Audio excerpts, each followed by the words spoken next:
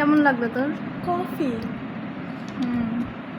এতটুকু হচ্ছে কফিও না ঠিক চকলেট ডার্ক চকলেট আর কফি হানি নাট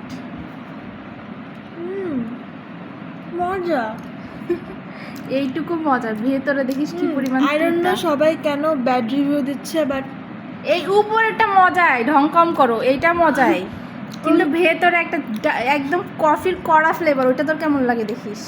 লাভ ইট